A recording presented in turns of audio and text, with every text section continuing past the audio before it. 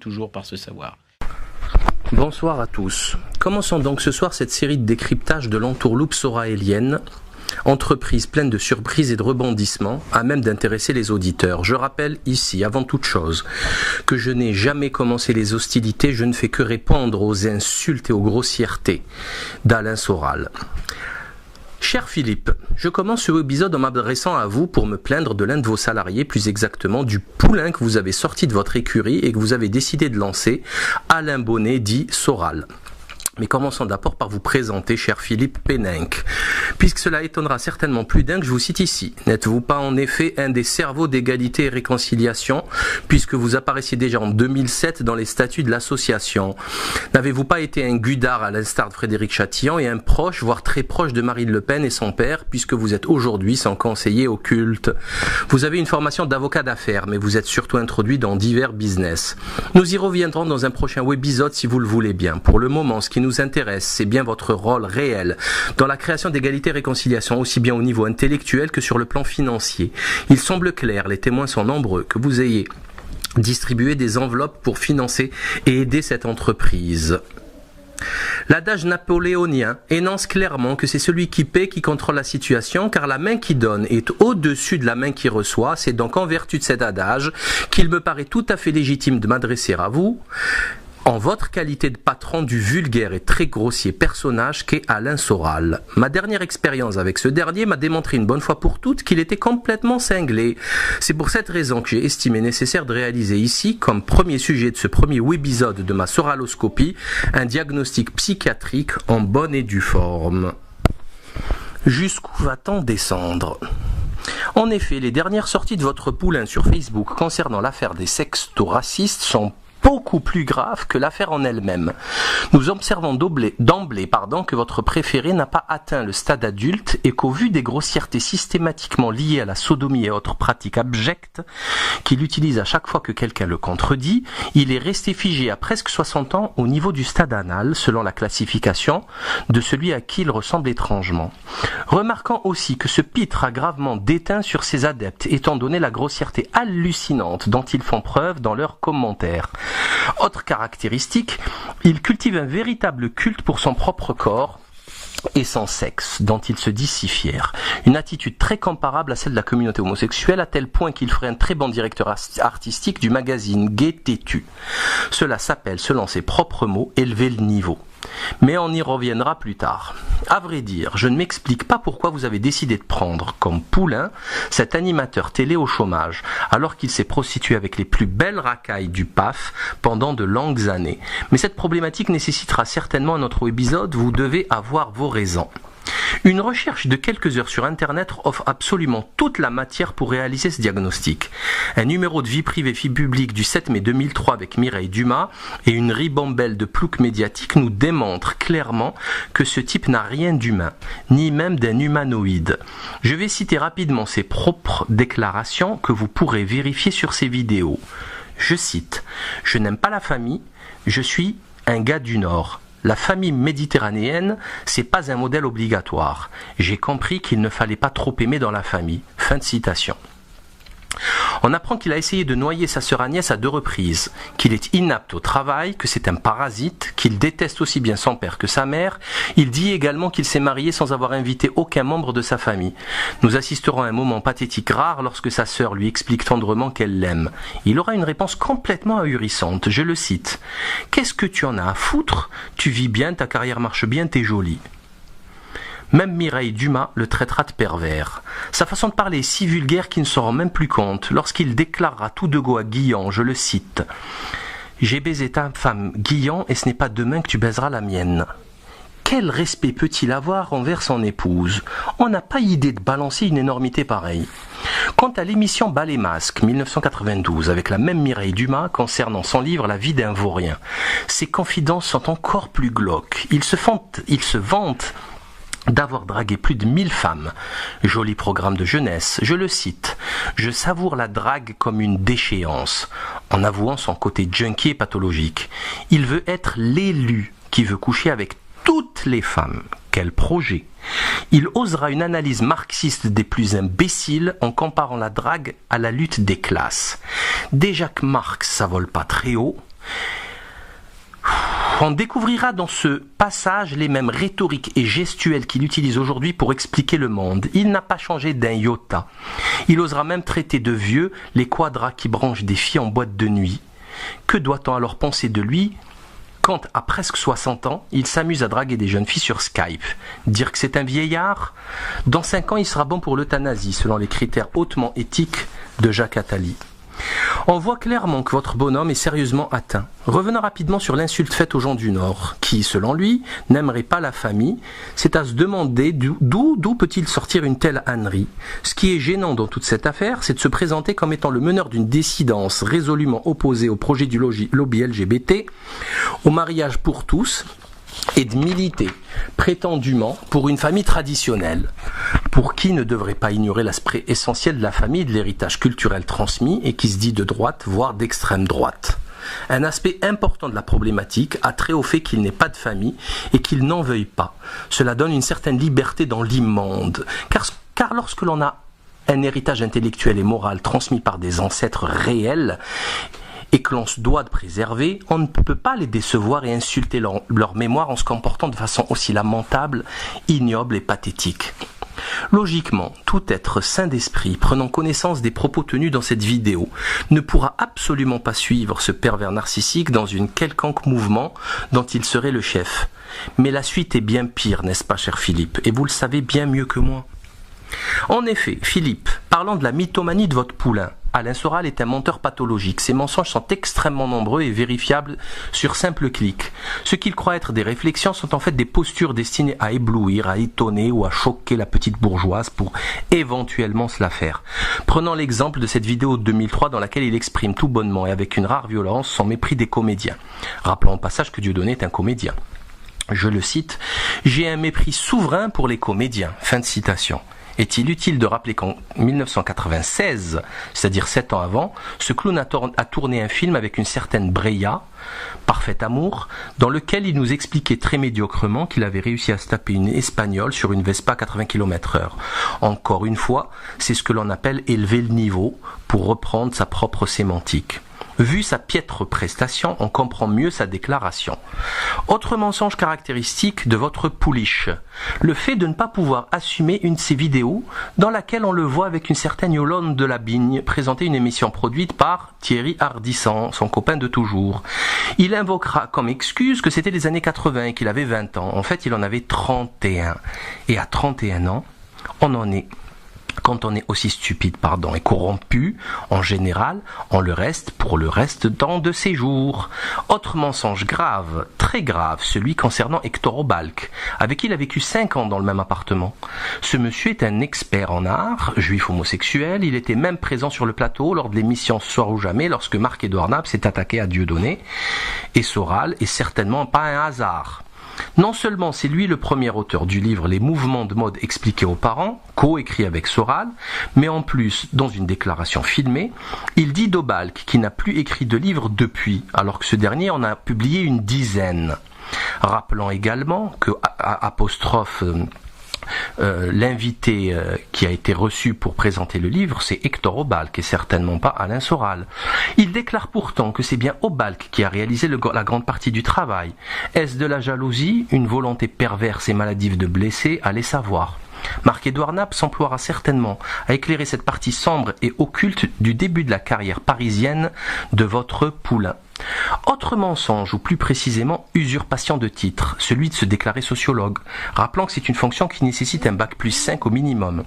Sachant que votre pervers narcissique n'a pas été fichu d'obtenir le bac et qu'il préfère au banc des universités la fréquentation assidue des bistrots, il est évident qu'il n'a pas pu suivre cette formation exigeante. Un autre de ces mensonges, il dit sans rougir, comme toujours, que j'usurpe mon titre de docteur. Je lui rappelle également, vous le savez vous-même, cher maître, que ce titre universitaire arraché de haute lutte est porté légitimement quand bien même il sanctionne des études d'astrophysique. Mais ça, votre bac-5 ne doit pas le savoir. Concernant l'écriture du discours de Valmy de Jean-Marie Le Pen ou le fait d'avoir été son conseiller, ce dernier nie ces deux affirmations. Quant à Olivier Moukouna, il a prouvé également qu'il avait menti puisqu'il faisait courir le bruit qui lui devait l'édition de son livre. Vérification faite par Moukouna auprès du patron des éditions Blanches, cela n'a jamais été le cas. Avec Soral, la fin justifie les moyens et le mensonge fait partie intégrante de la panoplie de ses moyens. Ce qui est dingue, c'est que lui-même se décrit comme un escroc qui n'a jamais su rien faire de ses mains et qu'il s'est senti obligé de faire dans la vente de concepts ce que l'on appelle être dans le tertiaire. C'est lui qui le dit, c'est pas moi. Car en effet, il a parfois des éclairs de lucidité, mais les gens oublient malheureusement. Comment ose-t-il dire qu'il a été journaliste après avoir travaillé pour Ardisson, encore une fois, dans Entrevue à la rubrique Rumeurs? Il en faut du culot pour oser une telle énormité. Entrevue et tout ce qu'il y a de plus détestable dans la presse française, comme Ardisson, et ce qui existe le plus détestable dans le paysage audiovisuel français. Mais son plus gros mensonge, le plus abject, le plus monstrueux, c'est celui de se déclarer chrétien catholique alors que c'est un athée impénitent. Il le disait en 2012, il y a à peine 2 ans, mais pour des raisons qui le concernent. Il use de ce mensonge pour rallier les catholiques dans ses rangs. Ce n'est plus de l'hypocrisie, c'est de la félonie. D'ailleurs, preuve en est. Il ose me traiter moi-même de dévot musulman pour sortir du pétrin dans lequel il s'est enfoui avec ses sextos dégueulasses, comme un bon laïcard maçon de la Révolution française. On n'est pas en République islamique qu'il écrivait sur son Facebook. Je ne vois toujours pas le rapport, comme si le peuple de France était aussi dégénéré que lui. Un de ses autres mensonges abjects est de déclarer toute honte bue qu'il a initié la dissidence tout seul comme un grand il y a de cela 10 ans, alors que les vidéos prouvent qu'il y a 10 ans il était sur les plateaux de télépoubelle. Égalité et réconciliation n'existent que depuis mi-2007 et ses vidéos bien plus tard, puisque la première que l'on peut voir avec sa ganache sur un canapé rouge date de septembre 2009. 4 mois avant cette date, Skyrock censurait mes 150 vidéos et leurs 3 millions de visualisations sur Dailymotion. On peut même trouver une de ses émissions de 2007 dans Ses Manchois avec justement Roselyne Bachelot, du très lourd. Donc si l'on sait compter, cela fait même pas 5 à 6 ans. À la mythomanie, il faut ajouter la mégalomanie. Tout le monde doit tout au grand gourou. Il l'a rappelé à Meta TV, en expliquant qu'il était à la source de leur succès. On se demande bien comment et pourquoi. Il le refait aussi me concernant. Alors qu'au 9 mai 2009, comme je l'expliquais plus haut, avant ma censure, je totalisais près de 3 millions de vues sous le pseudonyme Le Libre Penseur. C'est quand même ahurissant d'entendre des choses pareilles. Cela ne l'a pas empêché de venir à mon séminaire du 9 octobre 2009 à Saint-Denis, vidéo disponible sur Internet, rassemblant près de 1000 personnes, alors qu'il n'y était même pas invité. J'estime qu'il est pathétique de mentir de la sorte. Bientôt Soral exigera d'être remercié pour le succès de Dieudonné ou pour les découvertes géniales du docteur André Gernez, le travail intéressant d'Étienne Chouard, etc. Devrais-je le remercier pour ma réussite dans mes études, mon titre de docteur, mes choix de lecture ou je ne sais quoi d'autre? Plus c'est gros, plus ça passe. Il commence par insulter les gens, puis il les dénigre en faisant croire qu'ils ne sont rien sans lui. N'est-ce pas le comble de la mégalomanie? Nous rappellerons que cette escroquerie intellectuelle dans un autre épisode avec des preuves factuelles très nombreuses. Nous en reparlerons, ne vous inquiétez pas. Avant de passer au sujet suivant, une petite question nécessite d'être posée. Pour un antisémite, un antisystème dissident, il faut vraiment du courage et une chouspa phénoménale pour assumer des décennies de prostitution aux émissions les plus détestables de la télévision française, tout en ayant vécu avec un juif homosexuel pendant près de 5 ans et en ayant pour amis des ultrasionistes comme Goldnadel, des scatophiles comme Nab, des Beigbeder, des pédophiles comme Matzneff, des sionistes comme Wiesmann, des menteurs comme Zemmour ou le Baker fistfucker dégénéré Éric Rémès, et ça ose donner des leçons. Un autre défaut, et pas des moindres, caractérise ce cinglé, son vocabulaire ordurier de racaille. Il ne peut s'exprimer avec ses contradicteurs sans recourir à son vocabulaire anorectal que l'on croise dans les centaines de messages Facebook. Sans doute bercé trop près du mur, sa croissance a dû s'arrêter au stade anal. Ce qui est grave pour ma part, c'est le fait que les militants de EER reprennent ce type de langage et insultent de la sorte leur adversaire. C'est certainement dû à sa légendaire maîtrise du logos, et encore une fois, à sa volonté d'élever le niveau. Il suffit de se remémorer les insultes proférées contre le frère Latruelle Chopral Tepad ou Tepad Meta TV, pour ne citer que. Je laisse de côté toutes les insultes me concernant pour lesquelles il devra répondre un jour ou l'autre.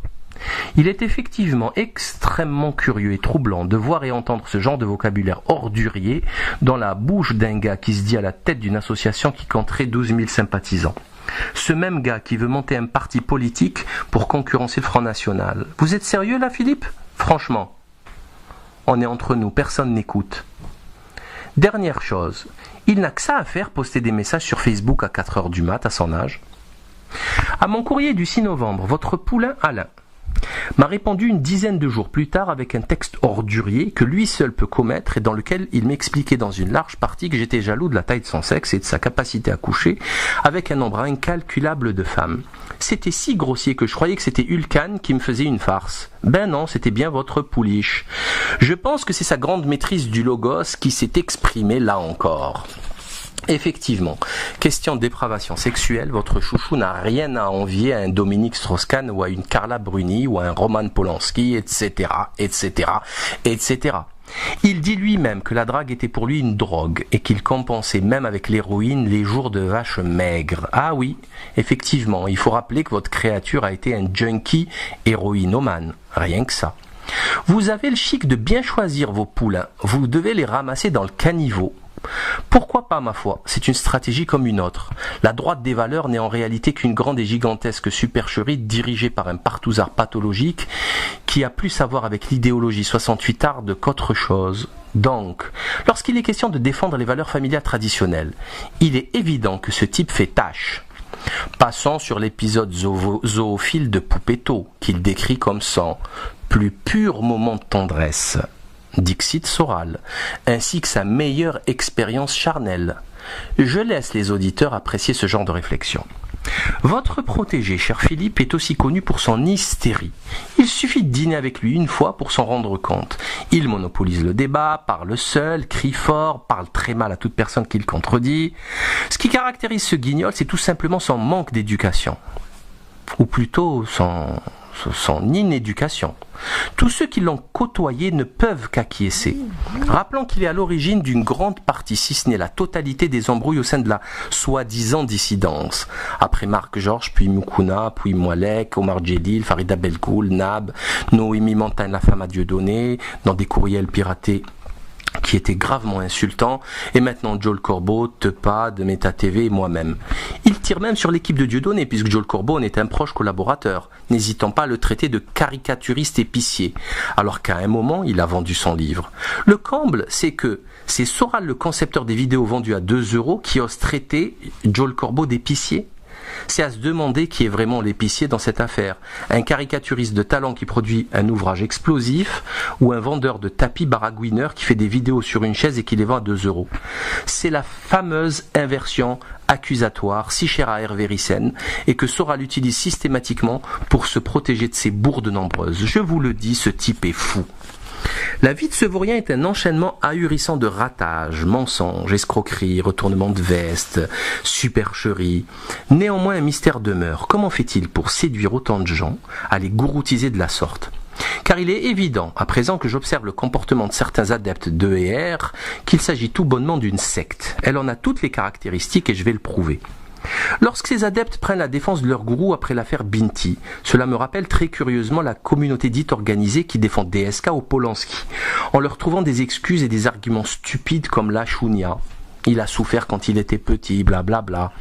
Quelle est la différence entre ces deux cas précis, sinon aucune ? Ils ont le comportement qu'ils dénonçaient la veille. C'est ce que l'on appelle une dissonance cognitive, dont fait preuve celui qui doit accepter des contradictions lourdes et inconciliables et qu'il doit s'en accommoder. Pire encore, certains pousseront le mauvais goût jusqu'à se faire des selfies dans la même tenue que leur gourou en écrivant Soral a raison. Ainsi, ils ne se rendent même pas compte qu'ils se sont transformés en fémènes dégénérés pour défendre l'indéfendable. Et encore une fois, il ne fallait pas se moquer des fémènes l'avant-veille. Il faut être logique, cohérent et faire correspondre les paroles et les actes. D'ailleurs, permettez-moi, cher Philippe, de poser une question au turiféraire de votre poulain. Quelle est votre limite dans votre soutien à cette racaille? C'est quoi votre limite? Le viol d'une gamine en direct aux 20h de TF1? Vous allez faire des selfies en plein viol pour le défendre et tatouer vos bras au couteau avec l'inscription Sora la raison? Vous voyez bien que ceci n'est pas très sérieux et encore moins digne, surtout, chers auditeurs, lorsqu'il s'agit de celui qui dit vouloir réimprimer le Nouveau Testament et qui se dit être à la droite du Christ. D'aucuns oseront même dire que ça ne servira à rien de faire cette salvatrice soraloscopie car Naboscopie était déjà nulle et inutile. Alors qu'à l'époque, ils n'ont pas hésité une seconde à diffuser les 10 webisodes pour se venger de Nab. C'est rare de voir autant de mauvaise foi et de contradictions s'exprimer sans restriction et sans gêne aucune. Cela porte néanmoins un nom, la chutzpah. Ils trouveront toujours une excuse foireuse ou colleront la responsabilité sur l'autre, toujours l'autre. Pour ma part, et pour vous permettre d'assouvir votre besoin irrépressible de soumission à ce culte dégénéré, je vous propose de sculpter un sexe de 13 mètres de haut, moulé sur celui de votre gourou, et de lui rendre le culte qu'il mérite. Vous voyez bien que ceci n'a aucun sens, que le comportement d'un être dégénéré en position hiérarchique de chef ne peut que déteindre sur ses subordonnés. N'avez-vous aucune limite? Qu'est-ce qui vous différencie aujourd'hui de nos ennemis? Plus rien, malheureusement. D'ailleurs, cher Philippe, il est totalement stupide d'essayer de coller toutes les affaires de votre poulain sur le dos du complot sioniste. Comment reprocher à un paparazzi complètement timbré sioniste hystérique de surfer sur des informations qui l'aideront à faire du mal à un ennemi? Moi, j'appelle ça de la pleurniche. Oui, de la pleurniche. Depuis quand se plaint-on quand l'ennemi nous tape dessus? C'est nouveau ça aussi, ça vient de sortir, et ça sera prochainement vendu 5 € pièce.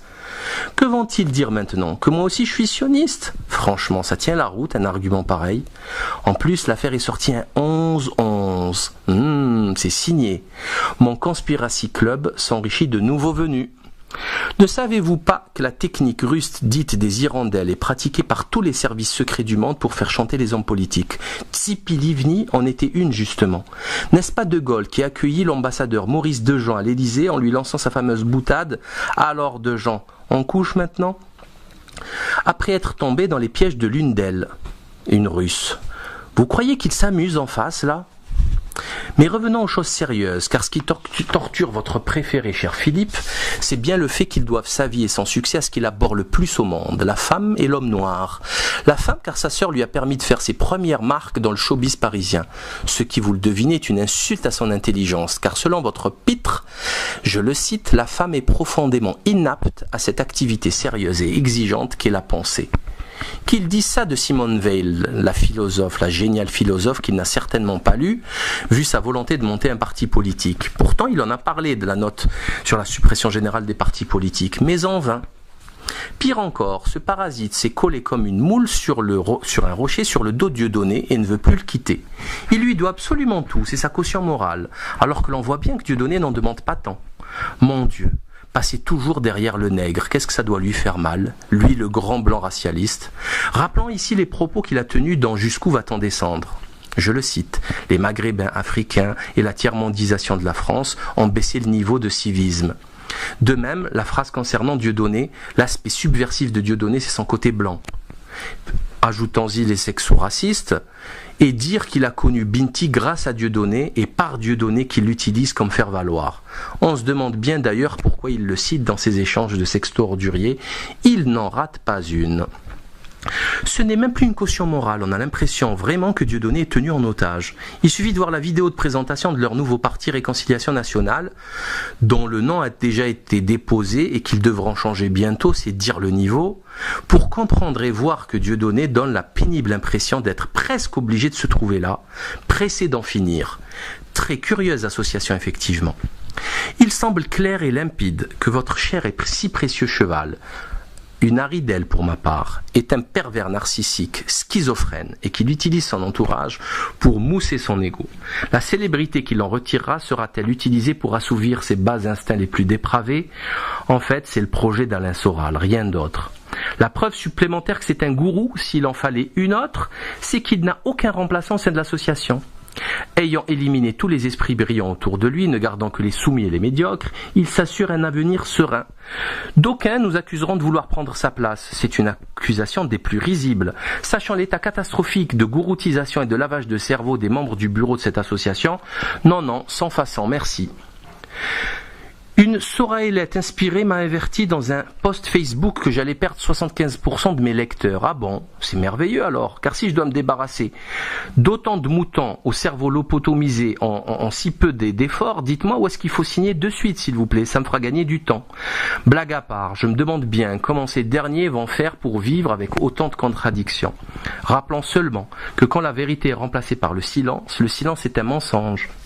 Il était intéressant également de rappeler l'expérience de votre salarié concernant les sectes, puisqu'il raconte dans Misère du désir paru en 2004, vers les pages 60, qu'il avait appartenu à la secte Isozen, y côtoyant une certaine Wendy, et j'en conclus logiquement qu'il a acquis une expérience assez fine de la manipulation des êtres. Il avouera même qu'il serait resté plus longtemps dans la secte, qui n'était qu'un vulgaire prétexte pour organiser des orgies pour le gourou. Toujours, encore et toujours la présence centrale du sexe dépravé dans la vie de ce vaurien. D'aucuns diront que c'était avant, que l'on peut changer depuis, mais ce n'est malheureusement pas le cas, bien au contraire. J'ai vraiment compris que c'était un fou cinglé, timbré lorsque j'ai reçu la réponse à mon courriel du 6 novembre. D'ailleurs, je lui reprochais dans ce dernier sa soumission à son entrejambe et que ça le perdrait. Prophétie qui ne tardera pas à se réaliser curieusement 5 jours plus tard avec l'affaire Binti.